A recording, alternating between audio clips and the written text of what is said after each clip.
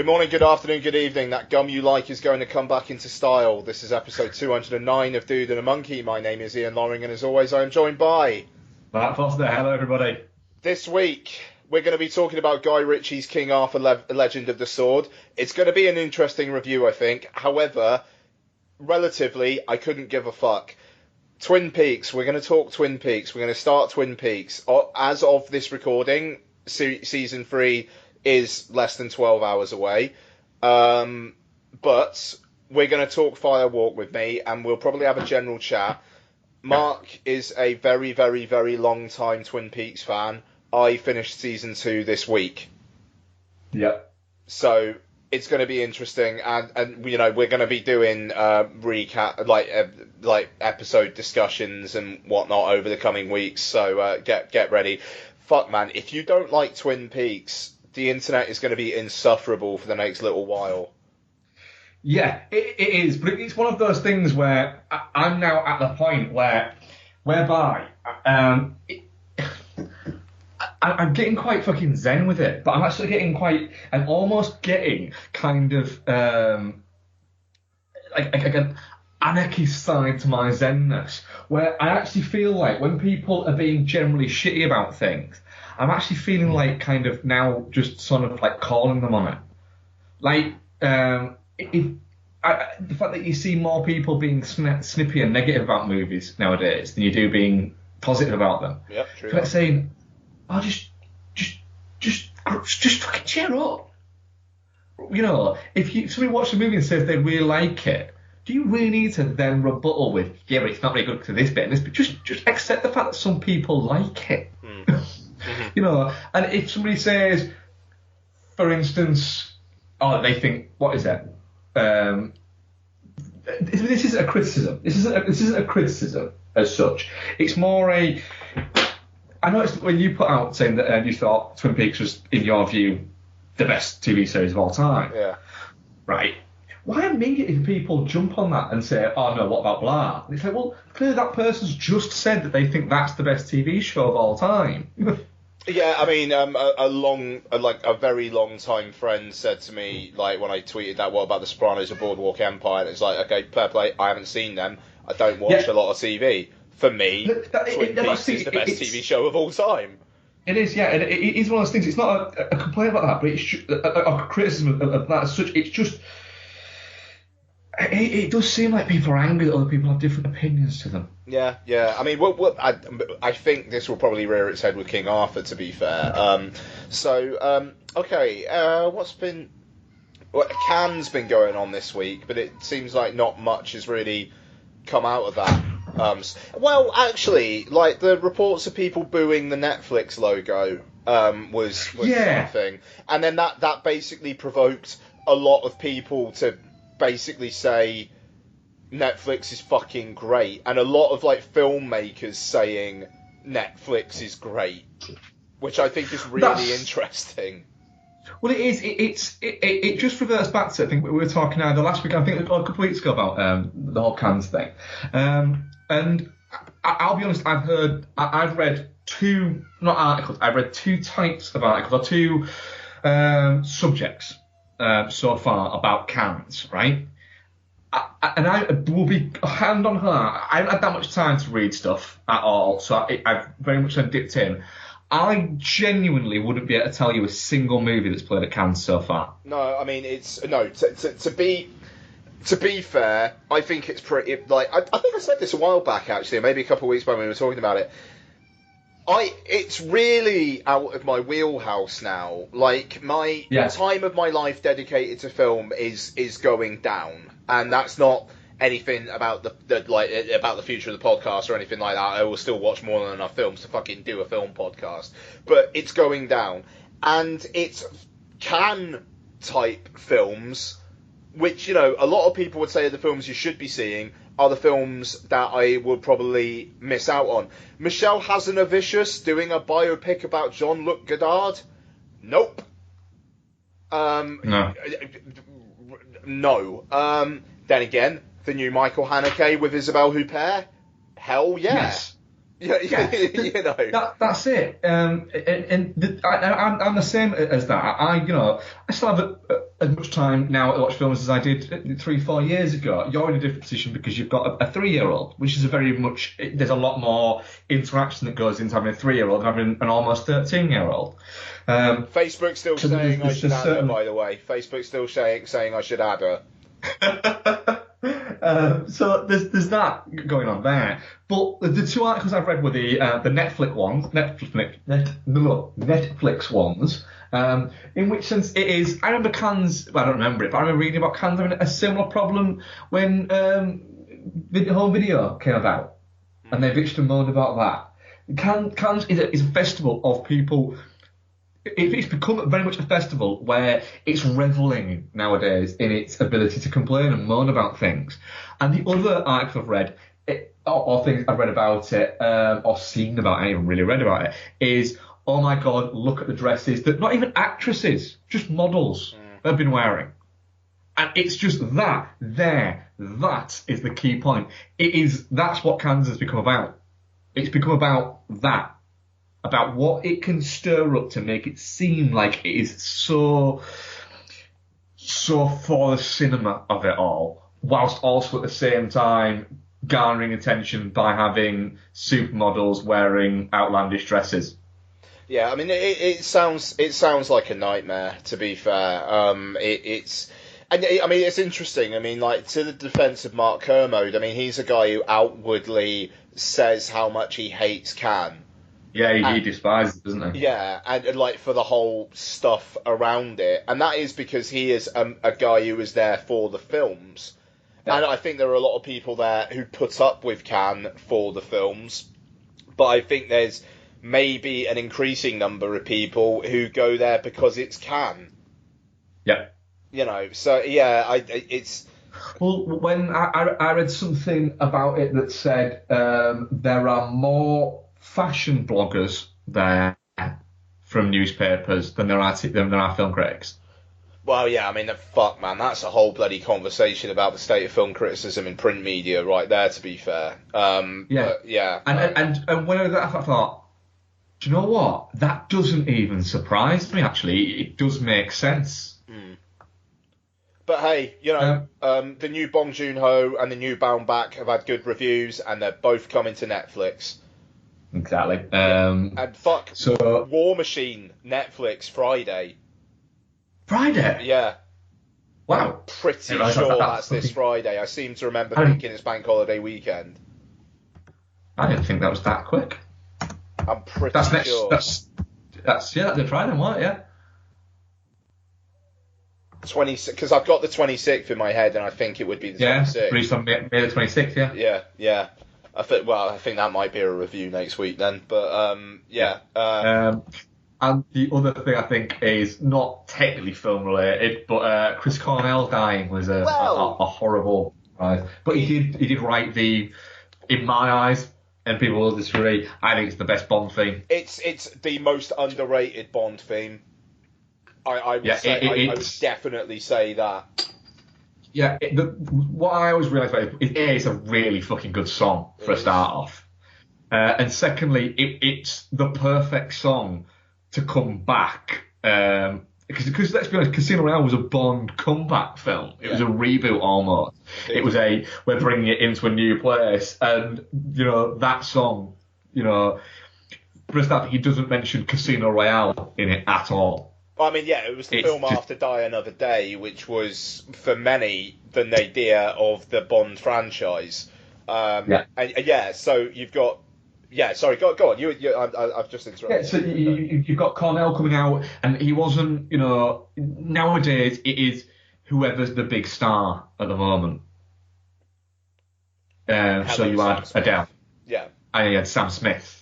You know, when the reality is, that's not something that's not, you know, that's been pretty commonplace. But Chris Cornell wasn't a household name, let's say that. You know, a very well respected musical artist, and very sort of important to a lot of people, even 10 years ago when Casino Royale came out. But wasn't a household name like an Adele or a Sam Smith or a Madonna, people like that. So, and I think that's why a lot of people criticised it. But it's a fucking great song, and it opens up the film fantastically. And 52 years old, it just shows that no matter what happens, mental health problems don't just affect people. They still affect people no matter how much money you've got. It's a horrible place to be in. Fucking Eddie Vedder's like the only one left, isn't he? I was saying this to Bex the other day. I was saying, out of the the grunge sort of scene, the grunge movement, the big hitters, the big lead singers, there's Scott Weiland gone, Kurt Cobain gone, Chris Cornell gone. The one that you've got left is Vedder, and it's such a shame, such a strange sort of thing that whole scene, lost people to either mental problems or drug problems, and it's weird because with Chris Cornell, I thought Chris Cornell treated his Facebook fan page like his Facebook page.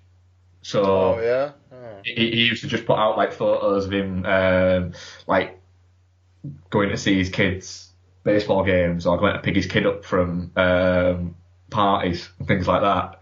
And he'd take photos of himself in his car waiting for his kid around the corner to pick her up from a party because she didn't want to be seen. What is it? I remember him putting out a Facebook post, taking a photo of himself. It was only about 6 months ago,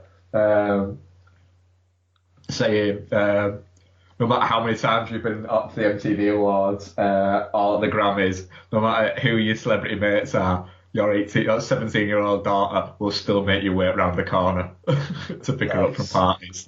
And it's just a crying shame. It is one of those things where I know a lot of people always come out and say it, but it's not that easy when you've got mental problems to reach out to people. But there are organisations out there that are confidential. Reach out to them. It's don't go down that horrible path. Yeah, straight up. I thankfully have been blessed to never have any of that kind of stuff. I live a pretty fucking charmed life, I think, but so I can't pretend to put myself in that kind of position, and it's like how hard that must be for someone that, they feel they can't talk to someone. And, with people saying like you were kind of inferring there, because there were a lot of people tweeting saying like, if you're having issues, don't keep it silent, like on Twitter and whatnot. And it's like people can say that, but it's almost. I appreciate the intent, but it's almost like shouting into the void, isn't it? Because it is a little bit because some people, and it's fantastic when you find people that are very comfortable talking about their mental problems, etc. But there are some people who quite simply don't want to talk about it, and don't. It's not that they don't acknowledge it, but they don't want it to be broadcasted to people and to be put out there. That's not how the way that that their process for dealing with it is, and it's finding that balance. Neither way is right and neither way is wrong. It's how it works for that person. Somebody who is seeking all the help in the world, they're probably they're less likely to go to too dark a place because they are seeking help, but it's still a complete tightrope with the whole thing. It's something that really, and I don't know, I wouldn't like to hazard a guess at how it's dealt with in America or the rest of the world, but I know in the UK it is something where in an already struggling NHS system that has already been squeezed for everything it can to get out of it, to make it seem like it's failing so it can be sold off to already incredibly rich people under the guise of saving it.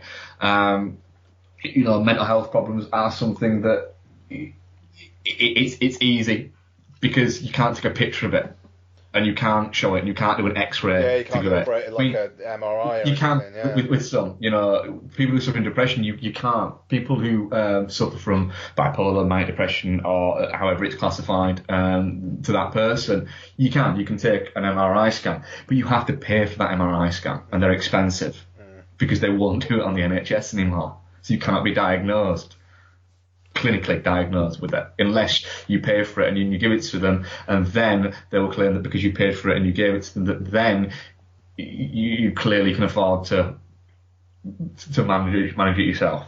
So come on, Corbyn, make up that ground. Make up that fucking ground. Yeah, I know we say we don't get political, which is why I was attempting to not. No, I was fuck it. As a what is it? But it's something that I think that people have to consider. In the next couple of weeks in the UK, especially.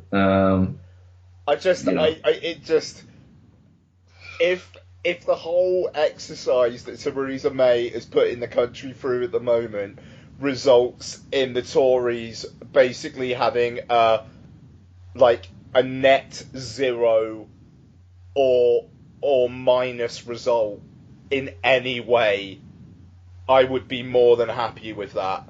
Just for the fact that she was so fucking arrogant to launch that general election just because the opinion polls were so far ahead, and then when focus is actually on the Tory manifesto, it starts going to shit. They're gonna win.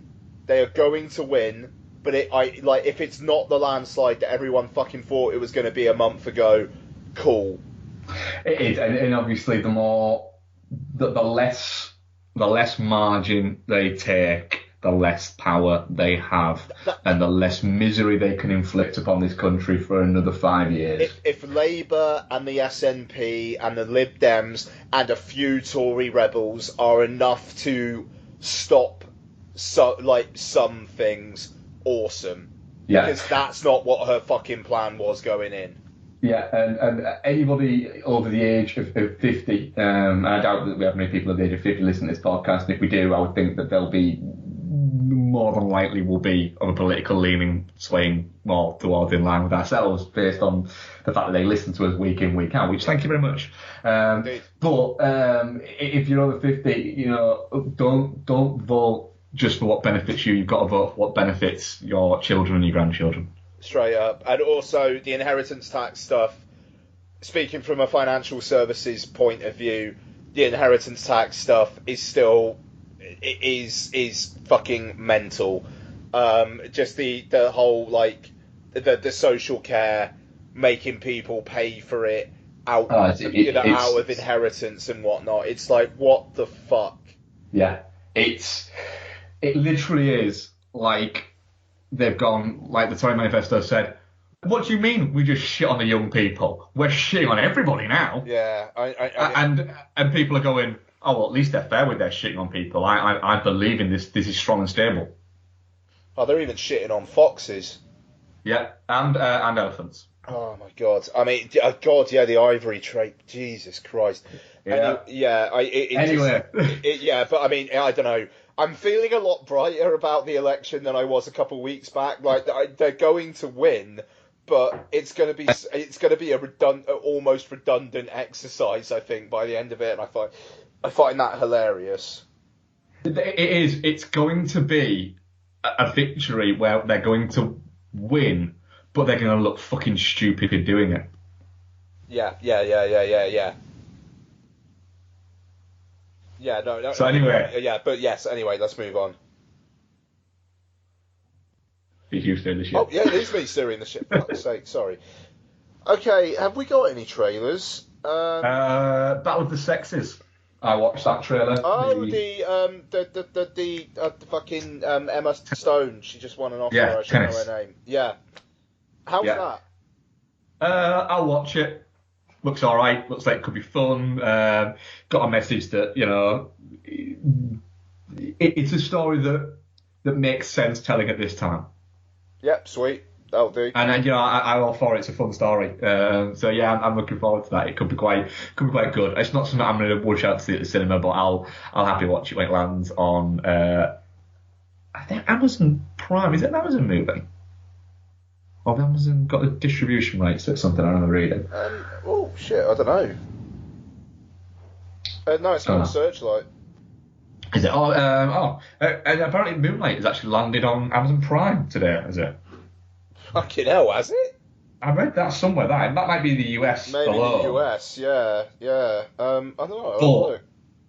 Moonlight. Yeah, it's not out yet, but that's landed on the Amazon Prime in the US today. So that can't be too far away from getting. What is it? thing is, it got a theatrical release in the UK. So, oh shit, Hell or High Water's on Prime. Anyway, sorry. Yes, Yeah. I don't think I watched it. Actually, I mean, I've watched this trailer a few times now because it's my lot in life now. But I'm going to see Captain Underpants because it's called Captain Underpants. Captain Underpants. Captain Underpants. Apparently, it's a kids' book series or something. But yeah, Lottie very much enjoys that trailer whenever we see it. So yeah, that's gonna be interesting. Slight tangent as well. Cineworld Cardiff, Screen 14. Be a fucking ashamed of yourselves. Fucking ashamed of yourselves. Right, went to see Lego Batman today in the Movies for Juniors thing. Alright, yeah, I only had to pay £2.50 for it. It was free for me because I got my unlimited card, so technically it's not free, but you know what I mean. £2.50, yeah, fine. You don't have to play it fucking letterboxed, do you? Like, not using the entire scope framing of the thing, like flat masking, playing in letterbox, like they were just projecting a fucking DVD or something. Why was that? They just not put in the right. They just basically. Ratio? Yeah. So basically, they didn't have it. Oh God, I'm a few years removed from being a projectionist now, so it's kind of hard to remember this. Fuck me, I haven't been one for 5 years now. But so the masking was out like that. It always is now. Do you remember the days when cinemas, man, used to expand the fucking screen when there was a scope film? A lot of cinemas don't do that anymore. It's really fucking annoying. Yeah, it is annoying. So, what? Yeah, they must have played it on the DCP using a flat program. So I don't think we were even seeing the full width of the frame. Because it was essentially just putting slight black borders on the top and bottom. But I know that film is scope. I know it is. Yes. So it's not like it was artificial masking. So I don't know what they're doing in that fucking screen. But, again, kind of going back to the Cannes thing, for all the fucking talk of, Netflix destroying cinema and whatnot, at least they fucking play their shit in the right aspect ratio the vast majority of the bloody time. I mean, The Apartment, for some reason, on Netflix or Amazon Prime, doesn't play in the right ratio for most of the film. But I don't know why that came to mind, but it did. But, Okja, the new Bong Joon-ho, for fucking sure they're playing that in the right aspect ratio. Oh, yeah. They've got a lot better. There used to be a bit of a problem with aspect ratios, Netflix, but they have sorted that shit out because I think enough people complained. Yeah, even though I noticed somebody tweeting about they've added a skip opening credits thing, which is apparently, which is odd, unless it was just a piss take tweet that someone took seriously. Oh, is it skip opening credits for TV shows? No, that could be quite useful. No, literally, it was for, I can't remember the film, but it was like film credits. I had a little thing on the bottom right saying skip credits. Oh, the end credits or the opening credits? No, the opening credits. That's weird. Yeah. It just seems like extra work for no fucking reason. Yeah, quite. But no, I mean, TV shows, it kind of makes sense though. But anyway, so is that? Yeah, that's it, mate. That's it. Okay, all right. So let's talk some King Arthur: Legend of the Sword. King Arthur, useless subtitle because there's not going to be another one. Directed by Guy Ritchie. Starring Charlie Hunnam, Jude Law, Astrid. I'm not going to pronounce her name, so it'll probably just be offensive. As Mage, she's not given a name. She's Mage, which is interesting. Who else is in it? I only saw it 3 hours ago. Neil Maskell's in it. Yeah. The guy from Game of Thrones, whose name escapes me, Aidan Gillen, I think. Yeah. Jaimon Honsu, he's in it. He's definitely in it. And others. Am I missing anyone of note? David Beckham. David Beckham is in it. David Beckham's in it. So This sees Warner Brothers, after about 5 or 6 years of trying to get a King Arthur film off the ground when they originally optioned the rights to Excalibur for Bryan Singer to direct a remake, and now we have Guy Ritchie doing King Arthur Legend of the Sword. The start of a proposed 6-film universe where the key figures of the Round Table would all be introduced before culminating in a final film. And you've got Charlie Hunnam as King Arthur. Oh, Eric Bananas in it as well. Eric Banana, isn't it? Yeah. Yeah, so Eric Banana is killed in the opening 5 minutes or so. And Of course he is. he sends his infant son downriver, where he gets brought up by prostitutes. And alternately is a bit of a scallywag, cares for the prostitutes, and also indulges in fighting sessions in some sort of weird, almost martial arts academy in the middle of London, which is operated by Kung Fu George, which I can't believe they actually did. Jude Law is his uncle, who had Eric Banana killed, and is now king. He's not a very nice king. Nope. And the sword in the stone appears. Yep. Yep. And then King Arthur Arthur at this time, he's not king till the end of the film, spoiler alert, pulls out the sword, and then Jude Law talks to him instead of just killing him. And then Arthur leads a revolt against Jude Law. This is a fucking fascinating film. Mark, what did you think? Well, what Guy Ritchie essentially has done is he's made a Guy Ritchie movie out of King Arthur, the story of King Arthur, and turned it into almost like a London gangland, gang of misfits dragged together, take on the perceived corrupt establishment by being more street smarts than them and using that to kind of get their own way. Yeah. But it's King Arthur. Yeah. And it's really fucking entertaining. Yeah. It's really fucking entertaining. I had an absolute fucking blast with it. It's so much fun. Guy Ritchie can direct the fuck out of a movie. Yeah.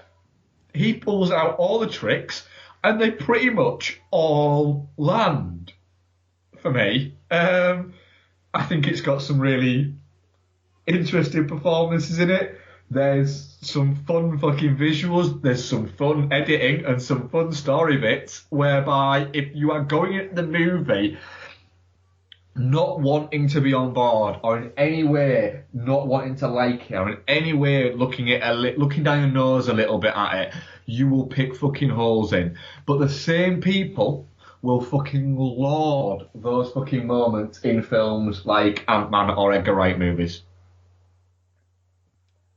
I think that's fair. It's a fucking blast. It's a lot of fun. And that's what this movie should be.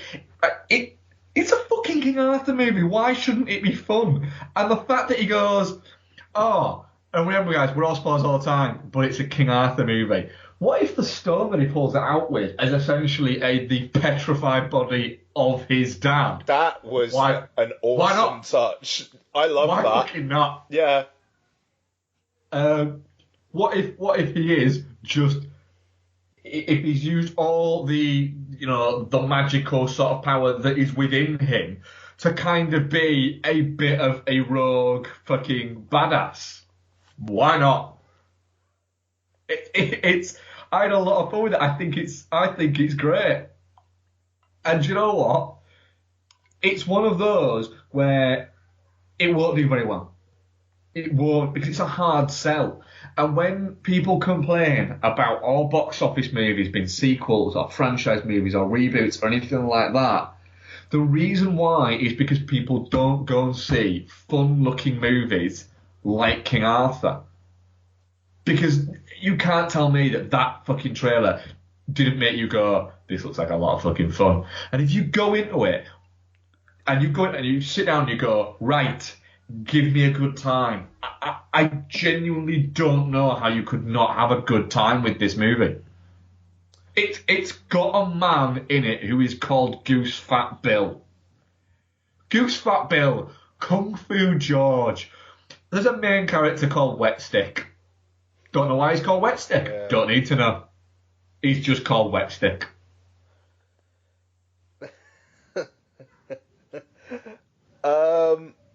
There's a scene at the end of the movie where the Knights of the Round Table are taking the piss out of the Round Table. Yeah. There is, yeah. It has got King Arthur playing a guy who has, Arthur, or Art, as they keep calling him, magnificently, right, is a little bit of a dick, but really fucking charming with it. Yeah. And it's fun. The fact that there's a fantastic scene where they rescue him from the king and then are taking him reshackled back up, and everything they do to him, he's just taking the piss out of, because he knows they're not going to kill him because they're taking him back and they've just rescued him. But there's a great bit where he won't stop talking, so they put a bag on his head and he just responds by going, I can see out of this bag. Oh, there's just trees. They're just surrounded by trees and stuff. I had a blast. Go on, what did you think? Okay, so I am less high on it than you are. I think that I think that's fair to say. However, I had a very good time with it. The thing is, I mean, like the production budget was $175 million, even though this apparently includes development costs for like what Warner's have been trying to do previously with this, which obviously won't be a huge chunk of the budget, but they have been trying to do this for fucking years now. Apparently that I read somewhere that said that actually is maybe as much as 30 million. Yeah, I mean, I was actually thinking I could see this film maybe costing 150 million. So yeah. The thing is, it feels like it shouldn't have been made. It's Guy Ritchie directing a period fantasy film, essentially, starring the guy who has had most success in Sons of Anarchy, a TV series that finished a couple years back. A couple of years ago, yeah. And has, I think, playing a very similar character, I might add. Oh, okay. Oh, that's interesting. It's there's, if you're a Sons of Anarchy fan, you will see a lot of Jack Tellerisms within this. The charming soon-to-be king who isn't afraid of anything and treats a lot of things like a joke because the thing that he's least bothered about is himself. Okay, yeah. No, fair enough. And everything about this film feels like an island of misfit toys to me. It's just a bunch of disparate elements coming together, and I don't know, even like the costuming, like Jude Law is not dressed how a king in that period should be dressed. He looks not a million miles away from what a 40-something gangster in a Guy Ritchie film would be dressed like. There's a great moment in it where he's almost sat like Tony Montana is sat at the end of Scarface on his throne, where he's sat towards the side, kind of slumped down. Yeah.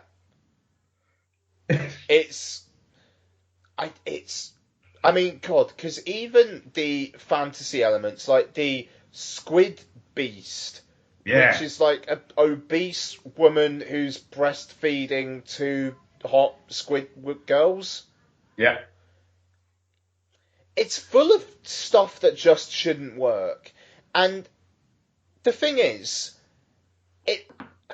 I saw on Twitter earlier this week that people were decrying something because that's what people do on Twitter, but it was something to do with the fact that like films in like the 80s, like big blockbuster films in the 80s, had a bunch of shit which didn't feel like it was designed for four quadrant audiences, and yet it worked and it sticks in the mind. This feels like it's got elements of a fantasy film from the 80s being made now, but then also very much a Guy Ritchie film. Yes. And I actually can't get my head around it. I wish I watched it yesterday because my thoughts haven't quite finished like percolating yet. There's a fish in my particular percolator. In your percolator. Yeah, and it's. The thing is, I very much enjoyed my time with it. I think it's a better film than say Alien Covenant because I kind of feel similarly. Like that film is fucking messy, but I still enjoyed it. But I don't have nearly as much negative to say about it. What would I say negatively? I think it maybe goes on a little bit too long, and there are certain. I mean, just Kung Fu George, man. I mean, it feels really weird that you've got that area there. Like, the fight in there, it almost felt like the Raid 2. Like, the fucking prison fight sequence in that. And it's but like, again, where the fuck is that coming from? Again, it's a good scene where it's a good scene. That, yeah. You've got Arthur saying to him, go down the hole. And they're all going, oh, I can't. He's going, go down the hole. Oh, I'm scared of heights. I don't like the dark. And he's just like going, you set of bastards, and all he's trying to do is save everyone's life, and they're not willing to do it. And it is, he's almost like a step, like the next step he's thinking about taking. He's going, you do realise I'm king? They're like, oh no, absolutely, yeah. No, it just, I don't know. I mean, I'm glad because we got it. I don't know how this film gets made in this day and age and gets released in May. Because it was delayed. I think it's been delayed a couple of times, and I've got to think if you put this out in like September, and it's like the only big action film that is out in September, you will do better. Sandwiched between in the UK, Alien Covenant and fucking Pirates. yeah. It's almost like they're putting it out there to die. And Guy Ritchie has said that it's been delayed because they were looking for the best weekend for it. This was a fucking horrible weekend for it. It is a horrible weekend. It's a terrible weekend to put it out.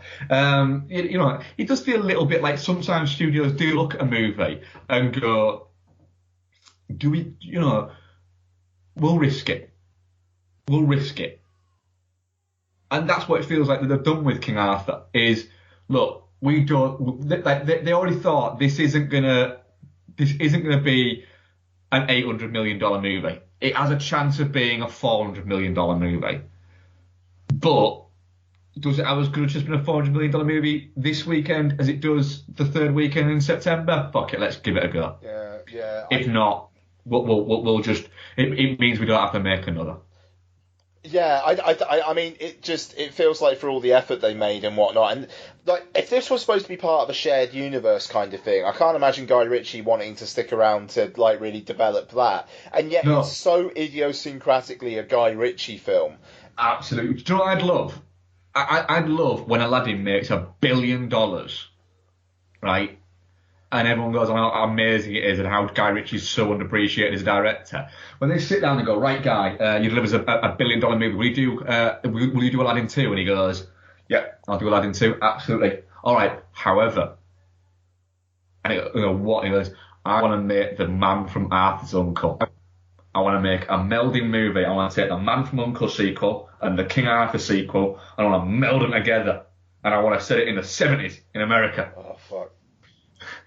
And I want it to be a blaxploitation movie. Oh, shit, man. I'd fucking kickstart the shit out of Man from And the thing is, because it's I've gotten so just visually, there's so much going on with this movie. That the great scene of where he's talking to the blackleg.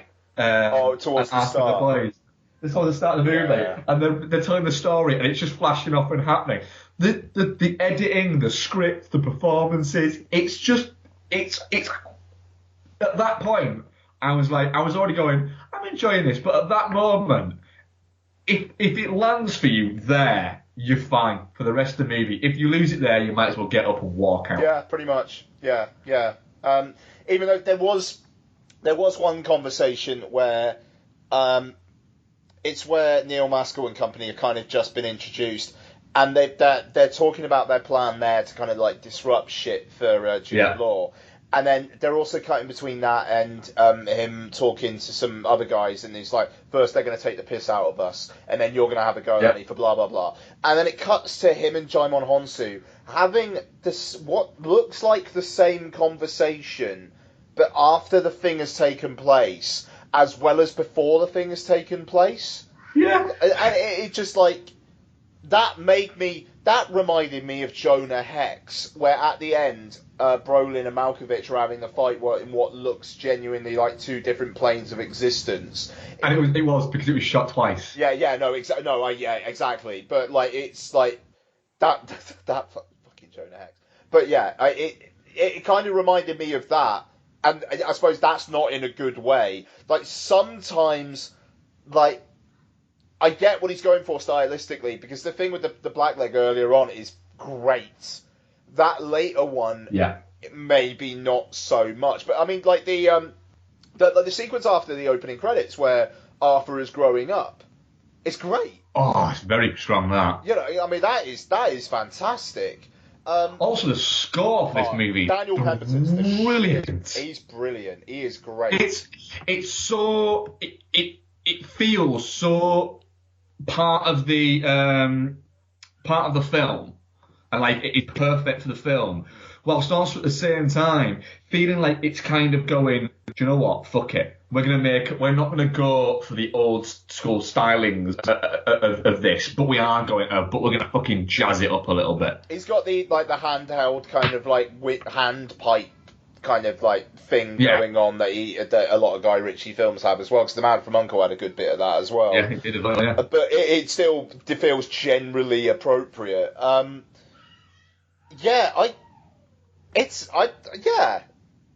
like it. I mean, Charlie Hunnam as well, man. Like I think he's a good lead, and I'm very, very glad that they didn't. There were earlier cuts apparently where him and the mage had a bit more of a thing going on. I'm glad that they didn't really do that here.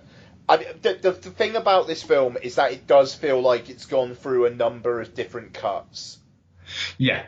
Like I've been. The thing is, I get the feeling that Guy Ritchie nowadays is in the place of where he won't give up final cut. No, I agree with that. He just won't move out. He just won't make it if not. I think he's probably listened to a lot of notes saying this has got to be around the 2-hour mark. Yeah. You know, and he's delivered 2 hours before credits. Yeah, it's like exactly. It's like 2 hours 6 minutes overall, which I think is probably acceptable for a summer film in this day and age. But yeah, I mean, you've got Neil Maskell's character and his kid Blue, and their whole thing, and it kind of feels like, did that really? Yes, Neil Maskell died, but did it really actually add anything to the plot? There was already enough of a reason to hate Jude Law's character anyway, but then again, Jude Law's daughter, it felt like there was maybe more to her. Yeah. Because when he stabs her and he's like I love you, and it kind of feels like, okay, we've literally seen her in like maybe one scene previous to this. Yeah, and was it even confirmed in that scene that was his daughter? Well, yeah, because the thing only worked if it was the blood of a loved one. No, that was his daughter, but the scene that she's in earlier, when as soon as I thought, he's got to kill a kid. Does he have a kid? Oh, was that girl earlier in the film? His kid. Well, yeah, because I mean, like he walks out with her and his wife there, doesn't he? And then he fucking kills his wife. Oh, right, of course, yeah. But it was, yeah. It's not. That's not developed enough for you to actually give a shit Yeah, about. yeah, and it feels like there's probably stuff on the cutting room floor there. Yeah. And, like the mage as well, the fact that she is literally credited mage is fucking weird. It's like, I think Omar Jalili in A Scorpion King is credited as sidekick. Like, I swear that's true. I might have to look that up now, actually. I'll have to look that up actually now. Yeah. But yeah, no, I mean that is weird. Oh fuck, sorry, listeners. We're gonna have to Google this. We're googling Scorpion King right now. Ahmed.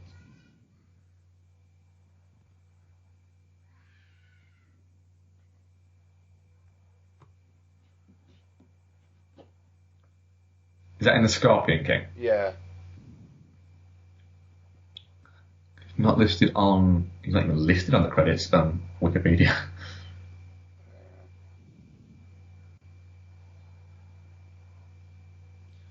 Maybe it's not. Oh, fuck, maybe it's not him. Oh, it can't be him. He's in the Mummy. Who the fuck am I thinking of then? Right, I've got to look at the credits of the Scorpion King. I swear there is someone who is credited as sidekick. Otherwise, this has been a horrible waste of time for all of you. A lot of harem girls, but I'm not finding a sidekick. Nah, alright then. I'm obviously talking out of my arse. There's one that says boy with dates. Yeah, no, there's not a sidekick. Maybe Scorpion King 2. Alright, never mind. We'll keep going. I mean, like, are we? I'm very much definitely not shit. I'll say that. I am definitely not shit. It's a lot of fun. And that's what it should be. This movie should be fun. It should be. It's it's not quite a sword and sandals romp, but it is that kind of ilk of movie, and it should be a little bit silly, and it does a thing of having great big battles, but not being too fucking earnest with them, not trying to reach for too much, and. Yeah, I had a great time with it. I think it's. I'm really, really looking forward to rewatching it and sitting down and watching it at home a couple of days and I might again just entertain me. 4K for a tenner. Yeah, fuck yeah. Yeah, I'll happily get it when it comes out on home video. This is really bothering me. You're trying to work out who was credited as what is it? Sidekick. Sidekick. You're now googling credited as sidekick. Yep. Also, as well, if I had the physique of Charlie Hunnam, I would never wear a shirt. Ever.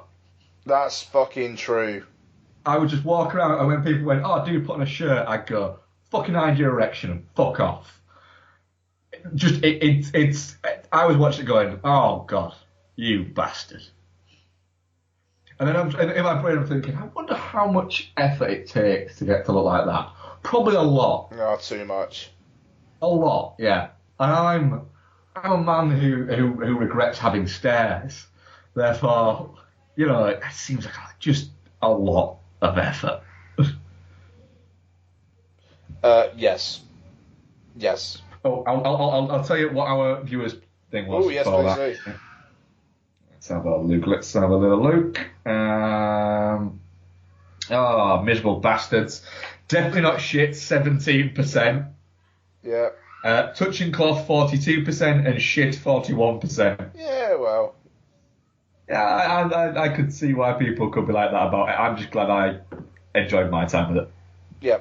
No, totally. I agree. Good man. Okay. Well, let's do this then. Twin Peaks Fire Walk With Me. So, it's directed by David Lynch. Stars, Cheryl Lee. Lara Flynn Boyle's Mexican non-union equivalent. Carl McLaughlin, Kiefer Sutherland, Chris Isaac, Ray Wise, Grace Zabriskie, David Bowie, others. And, so this is the last 7 days of Laura Palmer. Well, at least the last hour and a half or so are. The opening is essentially a bit of a prequel kind of mini film about the investigation into the death of Theresa Banks, which Chris Isaac and Kiefer Sutherland head up. And then events turn to the last 7 days of Laura Palmer, where her fucking double life basically mentally destroys her before she's murdered by her father, which is joyful.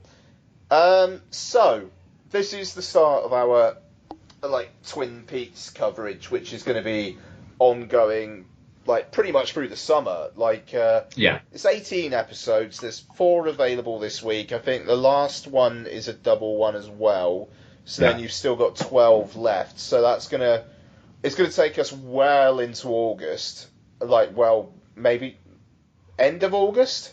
End of August, yes. I think middle of September, I think it finishes. Oh, okay, fair enough. So we got a while of Twin Peaks goodness. So, as I said at the start of the show, I finished season 2 literally this week, and rewatched Twin Peaks Fire Walk with Me. So I first watched Fire Walk with Me on DVD after having seen the first season and not the second season, because there was the first season came out on DVD and then it took fucking forever for the second season. It did take about 4 or 5 years, the second season, to come out. And you couldn't actually buy the second season on its own. You had to buy it in the Gold Collection. Yeah. Which actually came out in the States about a year before it came out in the UK as well. Because I remember we bought... myself and Becca introduced Becky to Twin Peaks. I bought the DVD, we watched it, and then because you couldn't get hold of of season 2, we bought all of the whole series, the whole set, in individual videos, because that's how we could buy it on eBay. So we watched all of season 2 on VHS essentially. And then the Gold Collection came out in the States, and we bought that on Region 1. And then when it came out in the UK, we bought it on Region 2, and now we have the Ultimate Collection as well. So when was the first time you watched Twin Peaks? The first time I watched Twin Peaks when it was first on, I used to watch it with my mum. Jesus. Yeah, well, the thing is, at the time, Twin Peaks is a PG. There's no bad language in it. There's no overt scenes of a sexual nature or graphic nudity or anything like that, or heightened violence. It very much on the front of it, it falls into watershed parameters or near watershed parameters. But it's... it actually wasn't... I don't think it was the first one. I think it was when season 2 came out and they re-showed season 1, I believe, on BBC 2 before season 2 came out. That was when I started watching it then. So you'll have been looking at 91, 92 by the time it reached the UK. So that's when I first watched it. And then I obviously came back to it again in 2000, I think it was, when it came out on DVD.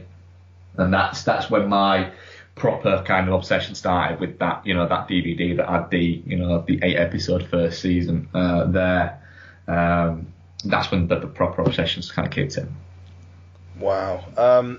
So, first off, I just want to say that Chin Stroker vs. Punter have put out a fucking insane, almost mega mix of their Twin Peaks content, because they've had interviews with...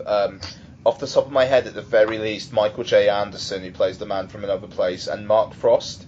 Yes, indeed, yeah. And there may well be others as well, but it's escaping me. But it's 5 or 6 hours, and I think Mike's just put it all together into one podcast. Yeah, I was thinking it's nearly 7 hours, actually. Fuck me. It's 421 it's really good. I mean, I've listened to pretty much all their Twin Peaks coverage over the years, and... there's some really, really good stuff in there. 421 minutes, it's 7 hours long. So, good on Mike for fucking putting that out in one cast as well. Jesus Christ. There's an awful lot there. So, for those who listen to both shows, which I think there'll probably be a few of you out there, I suppose there might be a duplication of coverage to an extent. going on, but we'll see what we can do. Obviously, we'll have our own thoughts. So let's talk about Fire Walk with Me then. So this film was quite the bomb when it first came out. Yes. So for background, and please correct me if I'm getting any of this wrong. So season 2 of Twin Peaks comes out, and David Lynch goes off to make Wild at Heart, fairly early on in the run. And the decision is made by the network that you're going to fucking tell people who killed Laura Palmer. Yeah, essentially they forced hand with that and wanted it. They felt that people wouldn't continue watching as long a season as that they needed some kind of resolution within this series, and they needed the at least the germination of a new story to come out of the show within season 2. Yeah, so around, I think it's episode 9, Laura Palmer's killer is revealed. Yeah. And from, I think the main thrust of the plot, like the main thread at that point, maybe starts picking up to Windermere. Yeah. And then you've had Don Davis kind of in the background with the like his kind of stuff as well, and all the other plot threads. And then because when is the White Lodge first referenced? It's 1 or 2 episodes after Ray Wise it dies, isn't it? Yeah. I think it might even be the episode after. I think it might be the episode after as well, So then the White Lodge, Black Lodge is introduced. Windermere, I believe, had been referenced previous. But he comes into it in a major way as the second season goes on. And then the second season. So I mean, I know we're going to talk about Fire Walk with Me, but the second season, a lot of people had scared me off it, basically, saying it got really shit. And the thing that I found with the second season is that I really, really, really enjoyed most of it. But if you are purely bothered about the A thread, then I could see how the midway through the second season would piss you off, like Eckhart being introduced, and James and the Blonde, which is the fucking worst bit of Twin Peaks without a doubt for me. But then the parentage of Donna as well, which feels, I mean, that stuff feels like if they had a third season that would have rumbled on, but they had to curtail it. I don't know whether that's actually the case, but it feels weirdly pointless in the grand scheme of things. But then, Josie being stuck in the doorknob, I was stunned that did not really come back up. It was just like Sheriff Truman got over her death, and that was kind of it.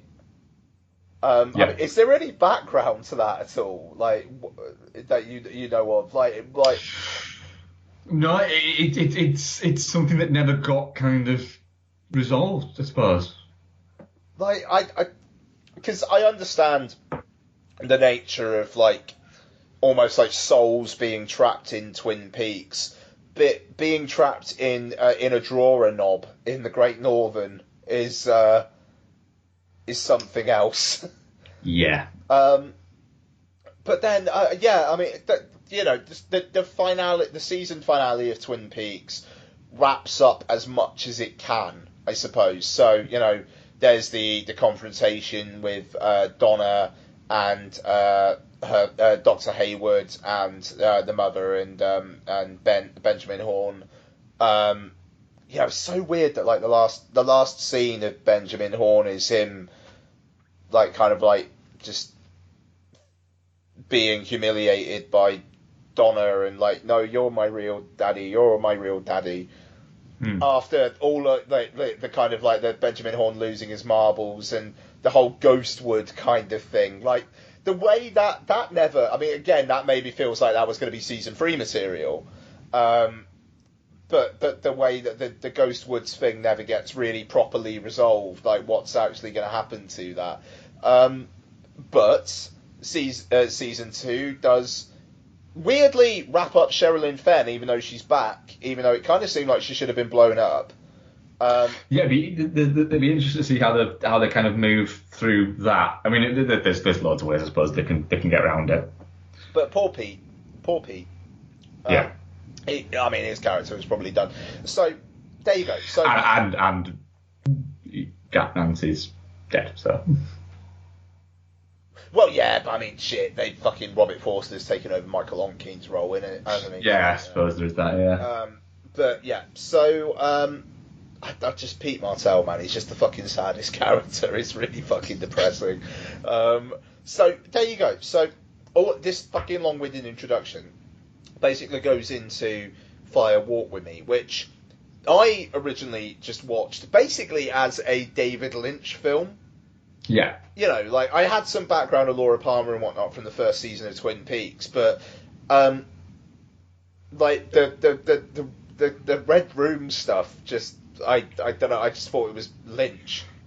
Whereas with the context of the end of season 2, it now is I don't know, it now makes the ending of Twin Peaks season 2 feel better, because it's like, well, good Cooper's there somewhere, I suppose. Yeah. But yeah, I mean, Mark, like, Fire Walk With Me, buds.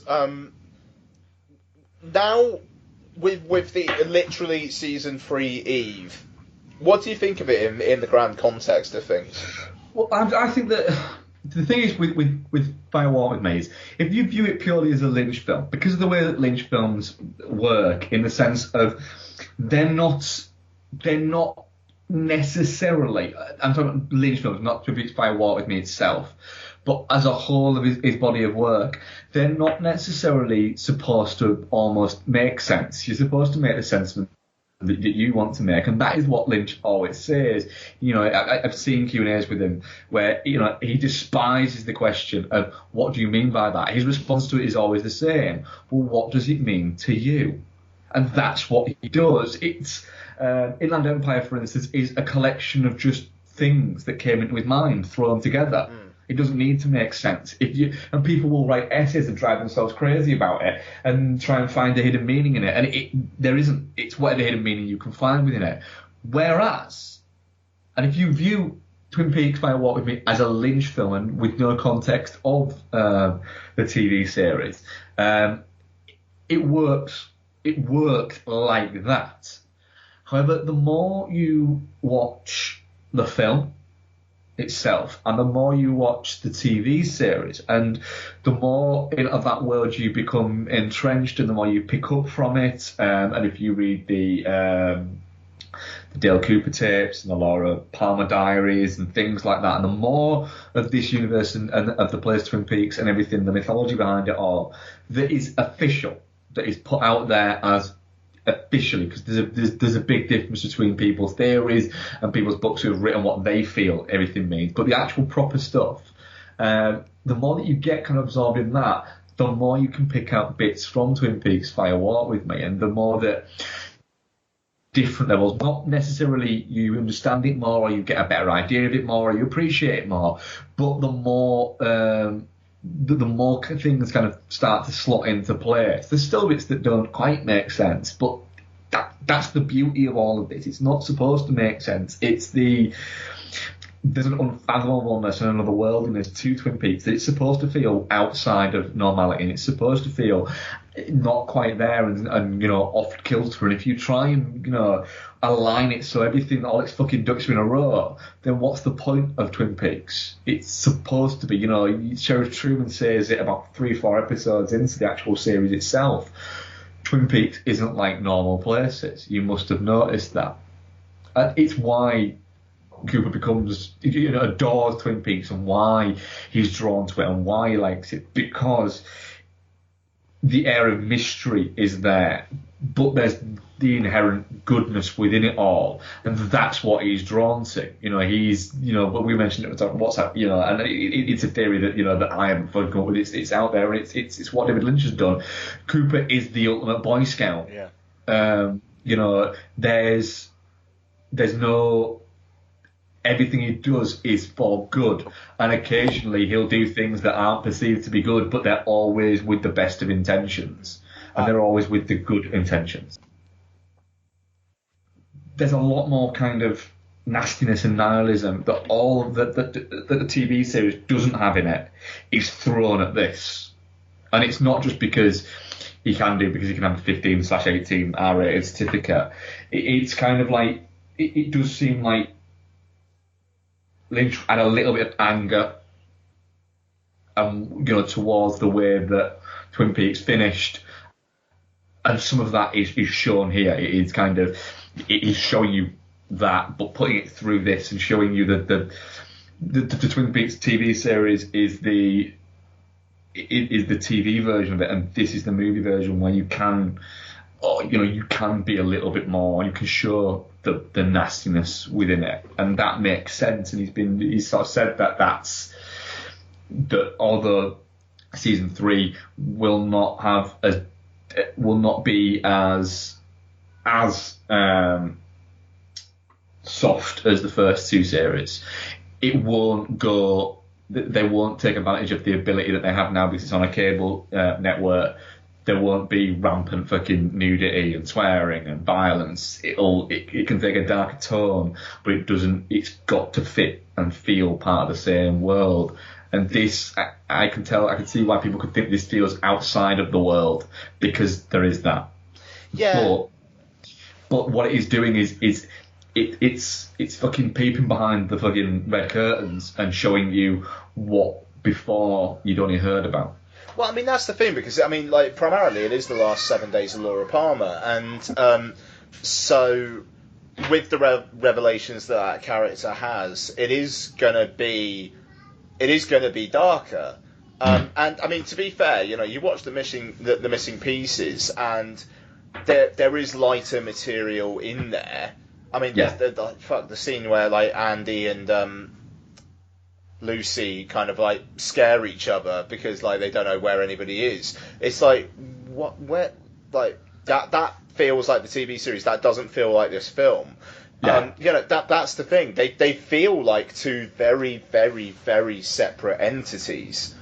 Even though they've got like primarily the same characters in them. Like even Cooper, like he's not in it that much, but I don't know. He feels more serious, seriously minded than he does in Twin Peaks. You couldn't imagine the Cooper in Fire Walk with Me having a cup of coffee and saying that is a damn fine cup of coffee.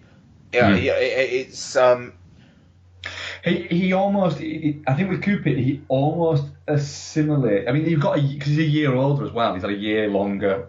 His scenes in this film are set a year before. Yeah. And so he has a year of extra confidence in the FBI, and he exudes that confidence, and that joviality. He almost assimilates himself perfectly into Twin Peaks by coming in and not being smart and everybody, but he can portray that always in charge and always cool and always knows things and going through that. But also as well, he's got a lighter side to him. I mean, the great bit, one of my favourite bits in all of Twin Peaks, I know we're talking about this as a whole rather than just Fire Walk with Me, but it just kind of feels like it makes more sense, I suppose, in a way to do that. There's a bit, I think, I can't remember if it's episode pilot or it might even be in episode 2, where he beeps Sheriff Truman's nose. Yeah.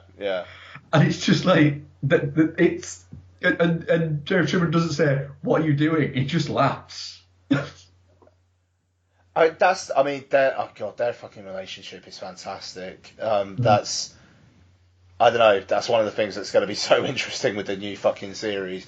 But yeah, I mean, I miss Cooper's presence here, and not a lot of the other side characters are in this. And I mean, even Bobby seems like almost a darker version of himself than he is in the TV show. I mean, like the fact that he kills the guy, and he seems very very hard. And I don't know. There's a sense, I don't know. There's a sense that he's almost more grown up, but in the wrong direction compared to what he is by season 2 in Twin Peaks than he is here. He feels, I don't know.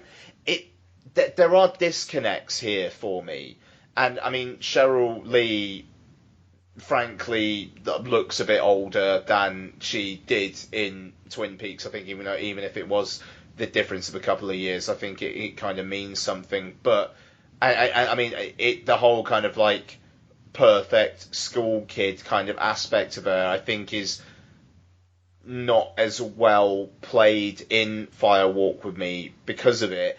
But then Moira Kelly, it kind of goes the other way, where it feels like they've gone way, way, way more innocent with her. Like Lara Flynn Boyle was Donna. I think she is an innocent, but it feels like there's a bit of fire behind her eyes. Whereas, you know, the scene in the club where like the guy's kind of going down to town on her because she's been drugged. I don't know. It doesn't feel like the same character to me, and I you know, like I said at the start, it kind of feels like Mexican non-union equivalent, and it is what it is. But I don't know. Maybe it's just because I've just finished season 2 of Twin Peaks, but the strange thing is you know, Moira Kelly's actually a couple of years older than Lara Flynn Boyle as well. Really? You see, that doesn't play for me in the film at all. Yeah, she's actually a couple of years older than her. Okay, fair enough. It kind of feels like the actress. But she does look younger. There's no getting away from that. She does have a look and an air of being a lot younger, a lot more innocent.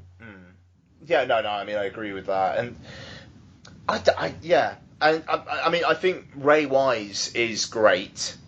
The fucking when she realizes it's him. And he says, "I always thought you knew it was me." Like, that is a fucking horrific line. Like, that is so disturbing. And it's the delivery of it as well. Yeah, like he's really upset. Yeah. And it is just really fucking harrowing. And I like the whole the end sequence, where he takes Laura and Ronette and like in the train car, and you know, the one-armed man outside. It's fucking horrible. It's really. It's proper horror. Yeah, it really is proper horror, and there are supernatural elements to it, but it's also just seeing a guy like tie up these two girls and fucking murder one of them and wrap her in plastic. I mean, it's... Oh, my God. Now, I mean, the first 40 minutes or so, the Teresa Banks case, I mean, what do you get out of that as a long-term Twin Peaks fan? I suppose it fleshes out the idea of the killers more, and it broadens that idea, and it gives you an idea of when Dale Cooper first arrives in Twin Peaks, and he's like, I knew it, we've seen this before. It essentially tells that story there. I know that the idea originally was for the Chris Isaac character, Chester Desmond, was originally, you know, it was supposed to be Dale Cooper. Yeah. But Carl McLaughlin had sort of reservations about being in the film quite as much as that. And so Chester Desmond was what is it? And once Lynch found out that was it, he explored the idea of, you know, creating a different character and having a different, rather than just having a generic one. That's why Irons was brought in. He's brought in as somebody who is part of Gordon Cole's kind of inner circle. And that's the idea, is that, you know, that almost he's got somebody who does these weird cases. Sorry. And he's a guy who does the weird cases, and he has his own little team. Is the idea?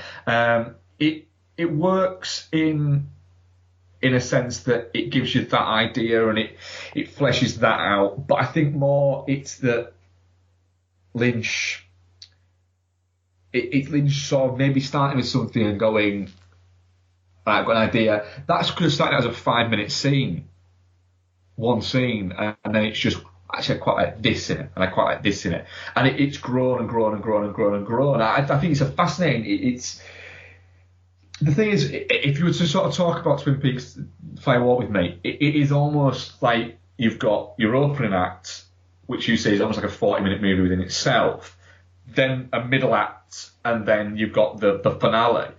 I think that the opening act and the finale are the two strongest bits, and it's the middle bit that's not quite as strong as those other two bits. But you've got some, within that, you've got some sort of classic Twin Peaks imagery of Lil. That's, the idea that this is a Blue Rose case and things like that. Yeah. And one of my favourite characters in the Twin Peaks universe is in this, and it's Carl, Harry Dean Stanton's character.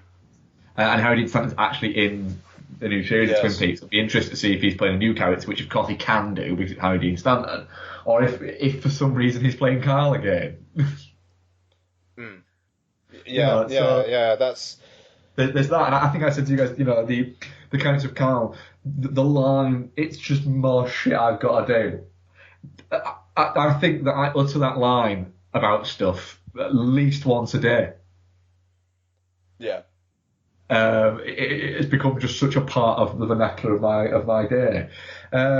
So I get a lot out of it. I think it's a fascinating little world within the world. And it's the only part of it set outside of Twin Peaks. Yeah, I don't know. You've got James and the Bond. Yeah, but that's, I don't know. That's still it's a 40-minute drive away from Twin Peaks. It's almost like, did you know that Scarborough is a completely different place to York, but it still has a York postcode? It's like that. If I drove fast enough, I could be in a different country in 40 minutes. Well, exactly. So it's that. Although it's not in Twin Peaks, I'd have to drive fucking fast. Yeah. I don't know. Because you're connected from a slightly different place than me. Yeah, I mean, because that's why I think the next few months are going to be interesting. Because I am so fresh on so much of Twin Peaks. And I'm not going to have that rewatched it many a time and been so in for the last couple of decades. I've said this on Facebook and Twitter, like the fact that I can't imagine how much a fucking wait this must have been. Well, that's the strange thing is I just assumed that it wasn't going to happen. And that that was it. That was the ending we had, and that was the ending we were always going to get. Becky is the opposite. She's been convinced since we watched all of season 2 for the first time. We actually watched season 2, then we watched it again straight afterwards. And we watched it. I think we watched it like twice in a week once we got all of the VHSs together. And so that'll have been in 2002, 2003 maybe, so you're talking like 14 years ago. She's been convinced since then that, soon after the 25th anniversary, that's when we'll get back, because there's a line to see you in 25 years. Yeah. And she's been absolutely convinced from then that we will, within a year or so of the 25th anniversary, that's when it'll come back. And, it's what has transgressed. And I love the fact that we know nothing. And I'm completely avoiding all social media tomorrow. Because I don't want to accidentally go on something to find out anything. I want to go in completely blind. And I'm not hazarding a guess at, that'll be this or that'll be that. Because there's no point. Because Lynch won't go where you expect him to go.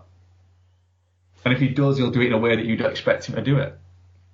Yeah, no, it's I mean, Mike said something on WhatsApp yesterday about hearing reports that the first 2 episodes are still very, very, very funny, but very odd. And it's like, yeah, I'll go with that. That's what I want.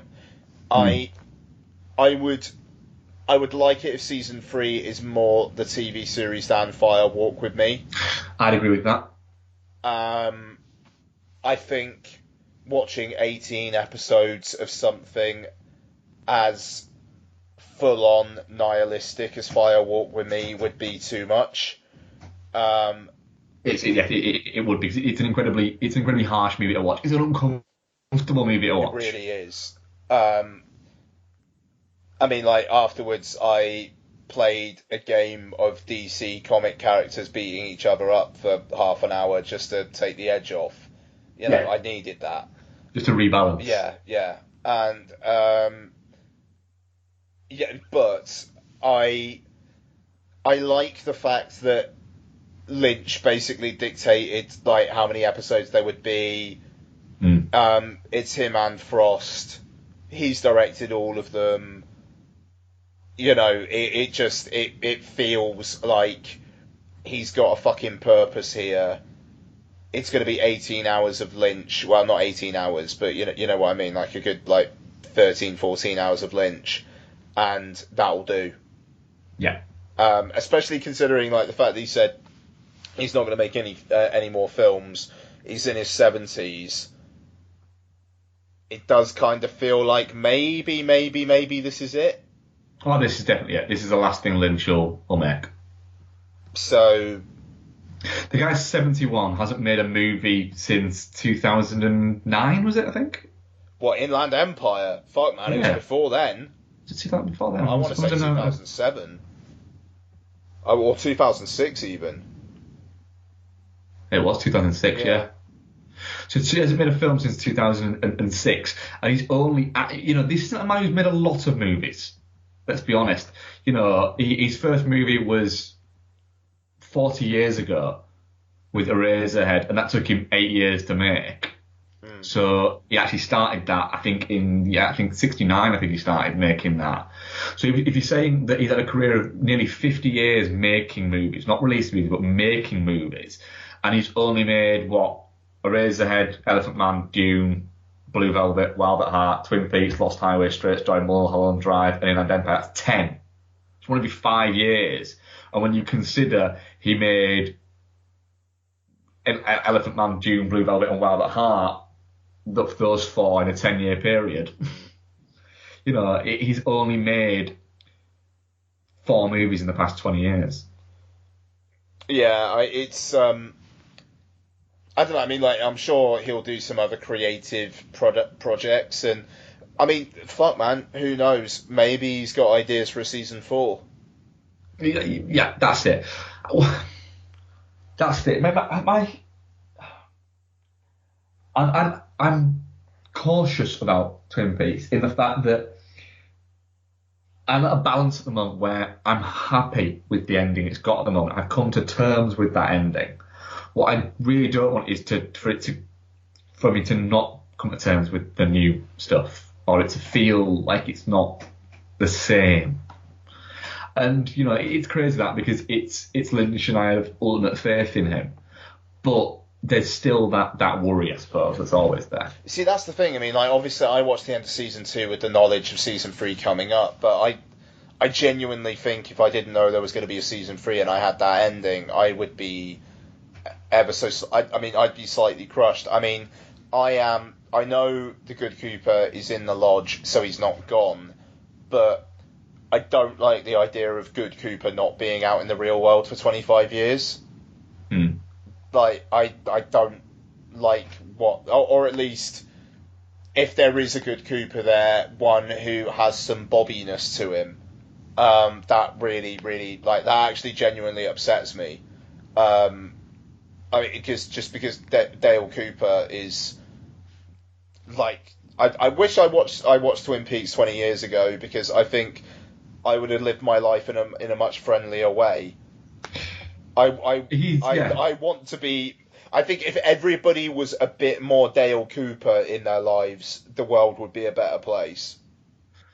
Yeah, and it sounds strange to say that, but he is like that. He's that type of of character in that he always, there's no fluster about him, there's no bullshit about him. He's always in control of the environment that he can control. And then when he can't control an environment, he looks at ways that other people could help control that environment. Like the fact that when Andy drops his gun, he doesn't tell Andy off or say or anything like that. He just says, I think we need to get some more training in you. You know, and although he's, usually one step ahead of everybody else, he's confident with it without being arrogant with it. Yes. No, I mean, that's the thing. He is someone who knows what he's doing, projects that he knows what he's doing, but does not rub people's noses in it. He's the best. He's the fucking best, and it's fucking exciting. It's all very exciting. I'm brilliant that you've had such a good time with actually watching season 2. Amazing. Because I think when you hold something sort of this as dear as you do to Twin Peaks, it's always a little bit strange. When if people start talking to you about it, you're always like, yeah, it's fantastic. And even when people do like it, you kind of go in, right, I know you like it. I know you like it, but is it genuinely important to you? Because it's genuinely important to me. And it's not, you feel quite precious about it. And you shouldn't, because it's great that other people like it, other people finding it, and et cetera, et cetera. But you do, it's hard to kind of not feel that protective kind of, when there's so people right now, are looking forward to season 3, and it's amazing, but it's like, all right, that's great, you're looking forward to it, but have you been watching it every year for the past, near 2 decades? And it's like, it's not a competition thing, but you do feel a little bit like, I've been starting, I was saying to you guys on WhatsApp the other day, I actually had somebody talking to me about it that I know was saying, was telling me all their theories about it. And I was thinking, you're really fucking wrong. You've not even finished season 2 yet. Yeah. No, it's no, quite. Even I remember seeing with Mac Jamison, and he was saying that he was in one of the scenes in the final episode of Twin Peaks season 2. He was saying to David Lynch, am I doing this because of this and because of this? And he's like, well, is that why you think you're doing it? And he's like, yeah, I think it's because this. And he's like saying, no, you are so wrong. That's not. He's like, well, why am I doing it? Because you're an actor and I'm telling you to do it. Yeah. And it's kind of that. And he said, right, so you started doing it. He said, yeah. And his literal response was, you're not Dale Cooper, you're a prop. No, just do what I say. Oh, that's a bit upsetting. And the thing is, like I said, everyone thinks like David as being this, oh, isn't he funny with his transcendental meditation advice?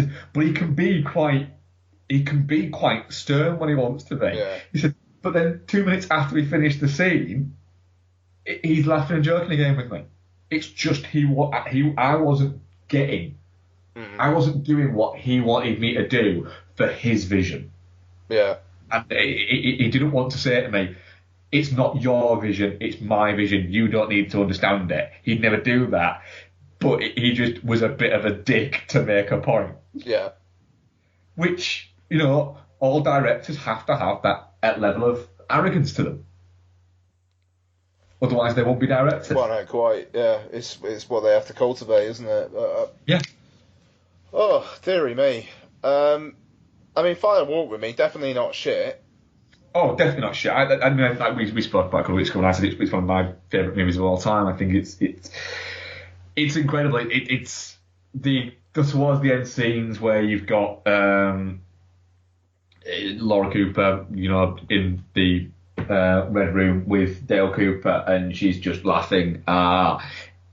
Once you've seen Twin Peaks, once you understand Twin Peaks, it's hauntingly horrible, but happy at the same time. It's such a twisted kind of ending to the movie. That this girl has gone through so much, and that's not, I don't think that's made enough of in Twin Peaks, is at the end of the day, this is a young girl who has been driven to drugs, prostitution, by, her persistent sexual abuse, and ultimately has been led to almost her demise, her murder, which is almost her suicide in a way.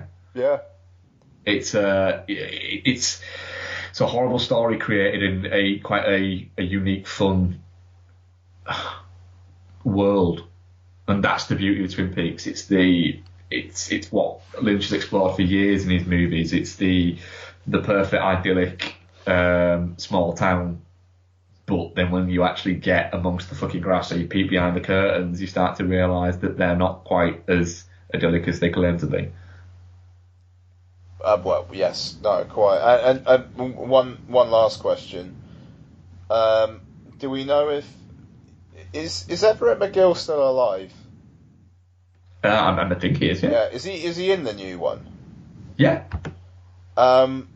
Is fucking Peggy Lipton? Yeah, she is, isn't she? Yes. Oh God, please let them be together. I don't need. I really, really, really, really, really, really don't want Nadine to still be around. I don't know whether she's actually in it. Okay, Let me check. seriously, man, that last scene of them where she gets the bump on the head and it's just like back to a horrible, horrible, horrible self. She is in it. Oh fuck. I just want Big Ed and Norma to be happy. I just want them, genuinely, I know it sounds stupid, I really want them to be happy. And it's going to be a hell of an interesting few weeks. That first 10 minutes, you'll know, I think, whether or not it's going to be a tough journey or a fun journey, or not fun journey as such, or whether or not they've still got the magic, or whether or not it's just not there anymore. I think you'll know in the first 10 minutes. And I think Lynch knows. I'm already convinced that they do, because I don't think everyone would have gone back if the script wasn't perfect.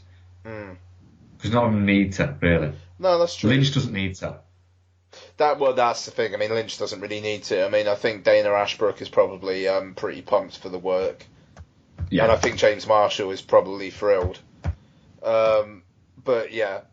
So we'll talk more next week. Actually, what was the result of the poll? The result of the poll was, I shall tell you, it was quite unanimous to one side, if I remember last time I checked. Yes, definitely not shit, 93%. Nice. Touching cloth, 7%. There we go. Very good.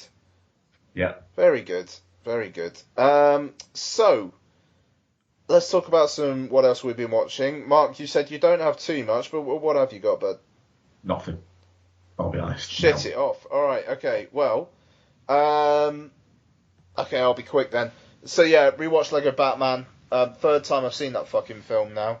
At the cinema as well, all 3 times. Yeah. So I went the first time by myself because I was really pumped to go see it, and Lottie was doing, Donna and Lottie were doing something else. I was like, I really want to go and see it, so I did. Second time I took Lottie, and then third time she really likes the Lego Batman film, so it's like, who am I to say no? So apart from the aspect ratio wonkiness, I wish that film was better. You haven't seen it yet, have you? I've not seen it yet, no. It's just like it plays the idea of Batman being a loner and not needing anyone, then realizing he does need someone, but then he's like, no, I don't need them. Oh, I do need them. And then, oh, I don't need them. Oh, I do need them. And it plays it out a bit too much. It's fun. But it's I don't know. It's not as good as I think it could have been. So I rewatched The Green Hornet. All right. Yeah, because it's on Netflix. That film is such a fucking, again, an island of misfit toys there. Seth Rogen and Evan Goldberg, when they were like really, really hot, doing a Yeah. comic book film. There's a comic movie that contains the line, "We're gonna get balls deep in this." Yeah, yeah. And Christoph Waltz, whose primary character trait is that people don't find him scary, and he's trying to find ways to be scary. It's like he tries to change his clothes, and he calls himself Bludnovsky, not Chudnovsky. It's just like scene after scene of him not being scary to someone. It's really weird. It's such a fucking odd film. Michel Gondry directed it, for fuck's sake. Of course he did, yeah. And the thing is, I mean, like, visually, like, the Kato Vision stuff is brilliant. And there's a scene as well where the word is out that there's a hit on the Green Hornet, and, like, the screen, like, subdivides and subdivides as, like, more criminals are being told of, like, the hit out on the Green Hornet, and it's, you know, visually, that's really interesting. But then it's also, like, Seth Rogen being Seth Rogen, but rich. And I remember, like, at the time, he was interviewed about, like, you know, you were the chubby stoner guy, and now you're in the Green Hornet, you know, how did that happen? And him saying, well, you know, it's easy to get fit when you're rich. Yeah, he said it. Yeah, it's easy to get fit when you're rich because they give you a guy and they give you like 6 weeks and they say, this is your guy, you've got to go and meet him for 6 weeks. And then you say to that guy and he says, you're going to meet me at 6. And then you say, no, you won't, I'll meet you at 10. And he goes, okay. And then he gives you these things to take and these drinks to have. And you take those things and you take these drinks and you think, great, I'm getting free fucking drugs. And then you lift some weights and then that's it. Which, to be fair, kind of shows in the film, because throughout the film, the whole plot thread is he's not nearly as good as Kato. And he gets one scene at the end where he punches a couple of people and kicks a couple of people, but it's still not nearly as much as Kato. And it almost feels like, were they just writing that in because his training didn't go as well as they wanted it to, or something? Possibly. It is an odd duck of a film. Yeah. And I mean, it was before Marvel Studios really, really, really took off. And I don't know, it kind of feels like it was either before its time or shouldn't have been made at all. It shouldn't be made at all. The fact that it's never spoken about or never acknowledged anymore is key. And that's not me saying it wasn't good. I had a perfectly okay time with it, but I'll never watch it again. No, I mean, I actually, like, it's only the second time I watched it, like, but I thought it was fun, but it just, it feels like a forgotten entry for absolutely everybody involved. Yeah, I think I actually reviewed that on Heroes with you guys. You might well have. It would have been around that time, wouldn't it? So, apologies for not remembering, but it's the Green Hornet. And last thing for me this week, Stakeland 2, the Stakelander, which that subtitle doesn't appear in the film. Does it not? Just the opening titles just say Stakeland 2. It's really weird. The sequel to Stakeland. Connor Paolo and Nick D'Amici from the original are back. Jim Mickle is an executive producer on this one, but Nick D'Amici did write it. So I believe the first one was him and Jim Mickle writing it. This time it's just Nick D'Amici. So story is the lad from the first one. I'm going to spoil something that's revealed about 5 minutes in. So the end of Stakeland, he meets a girl and then Mr. disappears, the character played by Nick D'Amici. In the opening credits, it's basically revealed that him and that girl had a daughter, and then the girl and the daughter are killed by vampires led by Mother, who seems to be they call her a breeder vampire. It's like a different type of vampire who seems to be able to control other vampires with her thoughts or something.